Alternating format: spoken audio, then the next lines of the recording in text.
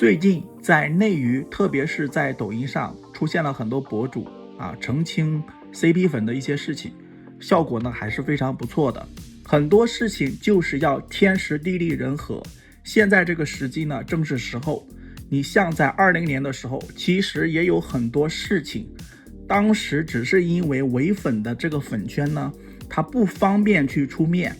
大家都是一个晋升的状态。如果那些事情放到现在，也就是说那些事情如果是放在今天的话，效果一定是不一样的。因为现在大家整个粉圈的话都是敢去发声了嘛。今天沙哥要说的这个事情呢，就是在20年发生的。这么多年的时间过去了，我们再回头看这个事情的话，其实会更加的清楚。这个人是某群体的产出大粉，他呢是在 B 站上做一些剪辑视频，很多某群体的散粉呢也是看了他的视频入坑的。而且这个人呢在当时就有很多身份上的猜测，在当时呢有的瞎认为他是花家的纸粉，后来他脱粉的时候呢，某群体给他扣的帽子呢是鹅厂的纸粉。我们呢首先弄清楚他到底是不是纸粉。他呢是在 B 站上剪辑视频的，粉丝呢有20万。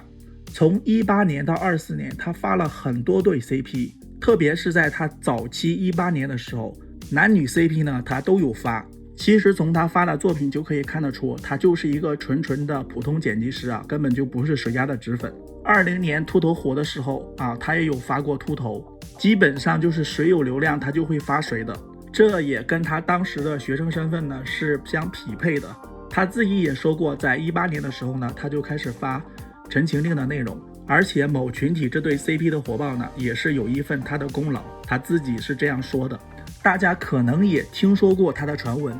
有人说呢，他曾经被花家邀请去他们公司参观，然后呢，他看到了一些事情，回来呢就脱粉了。这件事情呢，说的就是这个人。沙哥查了很多资料，也没有看到过他去花家参观的一些内容。如果谁有他去花家参观的资料呢，可以告诉沙哥。可以确定的是，他之所以脱粉呢，就是因为一个策划案。这个策划案到底是在花家看到的，还是在鹅厂看到的，这个后面我们再说。我们再来捋一下这个人的整个情况。在18年、19年的时候，他是一个法大的学生。在陈情令之前呢，他就喜欢做这种 CP 的剪辑视频。在18年的时候，他就剪辑了魔道祖师当时动漫的一些内容。直到陈情令播出，他呢正好又剪了陈情令的剧内的 CP。正是因为他的歪打正着的提前布局呢，导致陈情令播出的时候呢，他就有了很大的流量，因此呢也成为了早期某群体的大粉。最早的时候，我们看他剪的视频呢，还是望线剧内 CP， 后面呢顺应潮流成为了真人 CP 的一个大粉。后面学业结束，他也开始进入社会找工作。如果那个传闻是真的，他去过花家，可能也是因为他是某群体的大粉，可能也是花家想把他招揽于麾下向他抛出了橄榄枝。但是呢，他最终是去了鹅厂。有的人呢说他是做本职工作，做法务。不管怎样呢，他在这个阶段呢，在线下他看到了一份企划策划方案书。这份策划方案呢，正是陈情令夏日限定策划书，也就是炒 CP 的策划书。他感觉自己虽然是产出大粉，但是他的产出呢被资本利用了。其实大家可以想一想你是一个素人，然后呢觉得一对 CP 非常的美好，然后呢你也是为爱产出做了很多视频，也受到了很多散粉的欢迎跟鼓励，甚至呢在圈内的地位也有了，号召力呢也有了，可以说是在圈内是一呼百应的。但是后来呢，你看到了资本的一个策划，你发现呢自己的为爱发电呢被资本利用了，而且呢你的很多心意就是资本一步步的在诱导你，你做事的一个初心呢其实是被资本完全的在把控了。这个时候呢，对这件事情的认知呢就会坍塌。所以他看到这份策划书之后呢，整个人就变了。他呢想通过自己大粉的身份跟影响力呢，想说一些话去引导一些散粉呢看清真相。但是很快他就被某群体整个给拉黑了，最终就顺理成章的脱粉了嘛。当时他宣布脱粉的时候呢，是双脱，也就是2个明星他都不关注了。所以说当时的虾圈呢也不会去关注他，那个舆论环境下呢也不方便去发声。当然那个时候有虾呢也在踩他，说呢不要去关注他的这个事情。其实在今天看来呢，这些人呢里边肯定是有批皮的。在当时呢就有很多黑肖战的黑子啊，明明他是直黑啊，不关注粉圈的，但是这个人脱粉的时候呢，很多黑子也有去骂他。这份策划书呢他没有完整的发出来，可能也是因为他当时的一个身份，他已经是入职鹅厂了嘛。这份策划书是手写的，很多的重要内容都被涂抹了，我们看到的信息是非常有限的。首先我们要说明的是，到底这份策划书的背后指向的是谁？其实很明显是有两股势力，有一股呢是在剧播的时候啊炒 CP， 但是在剧播结束之后呢，就想把这对 CP 给拆了。而且在这个大粉他没有脱粉的时候，他曾经也透露过啊，有人想花钱拆 CP。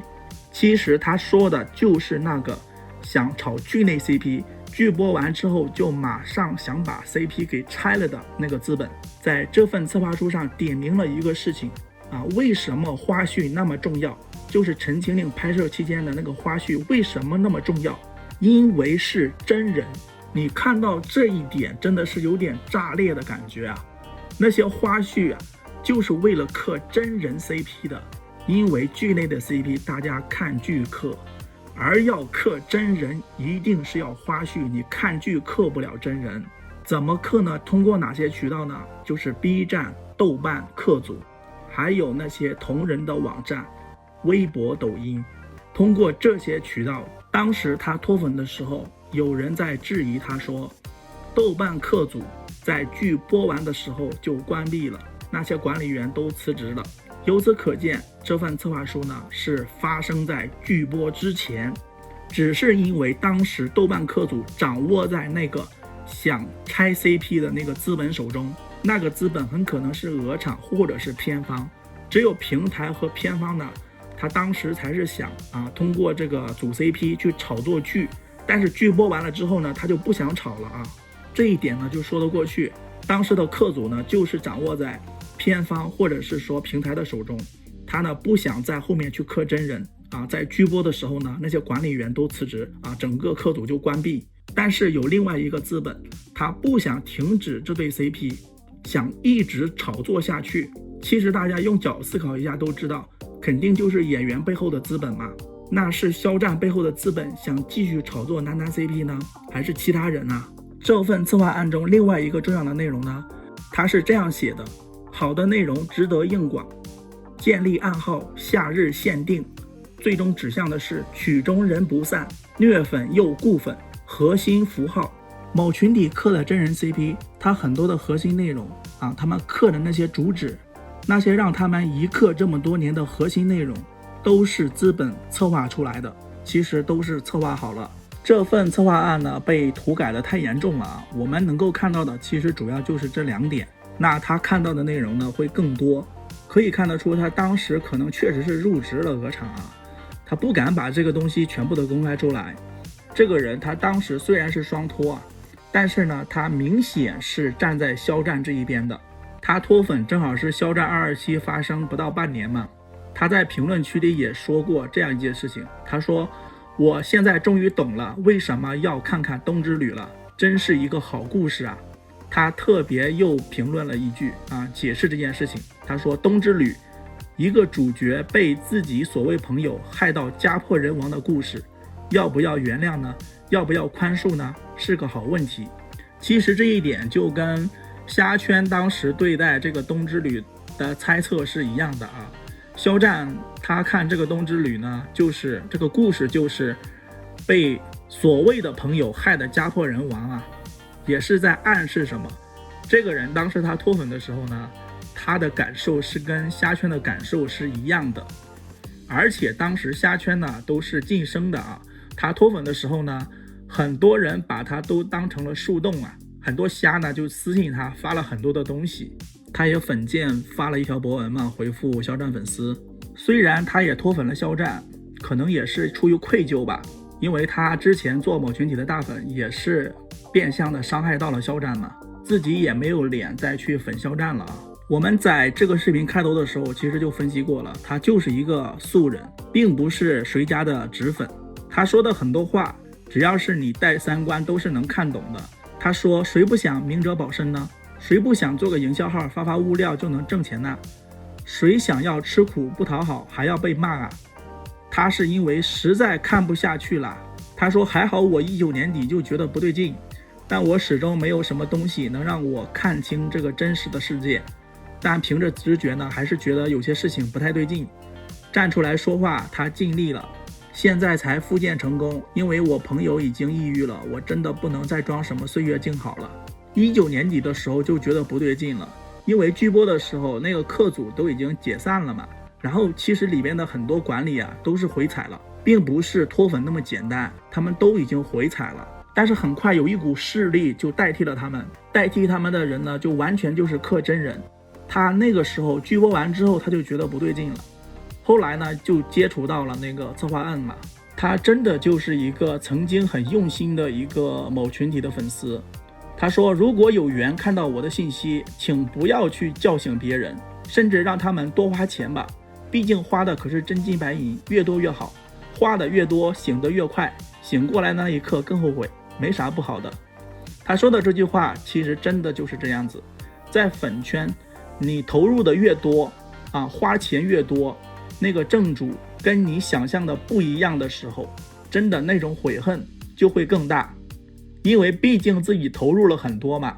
像有的粉丝其实也没有投入很多，感情也没有那么深厚，粉丝也是不一样的程度嘛。投入没有那么多的呢，当时塌房的时候反而去没有那么痛苦。投入越多的人，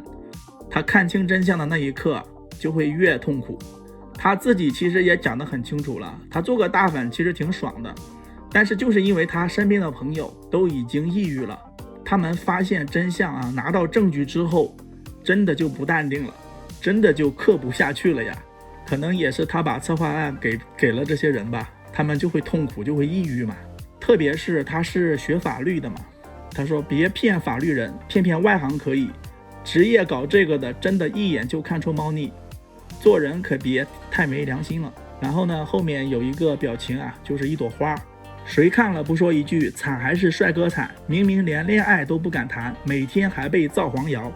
这就是真的惨了。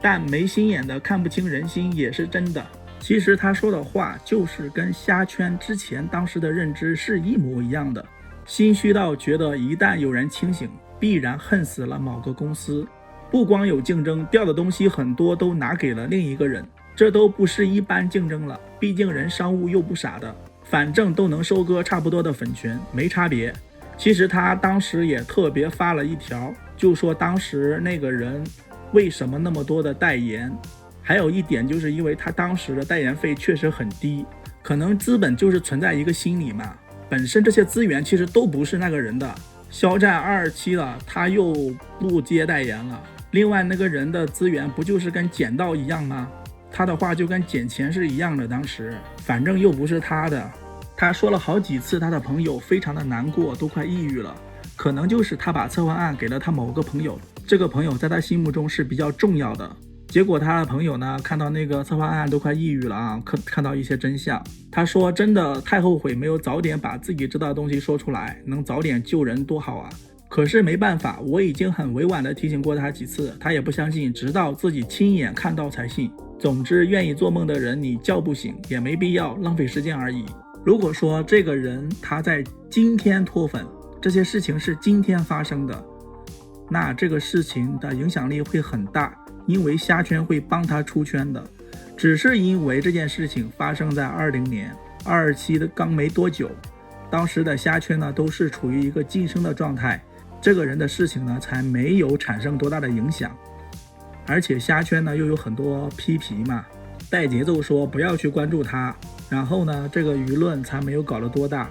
这件事情你现在在看，现在在捋的话，基本上就能看懂所有的事情。当然了，很多人他都是无所谓的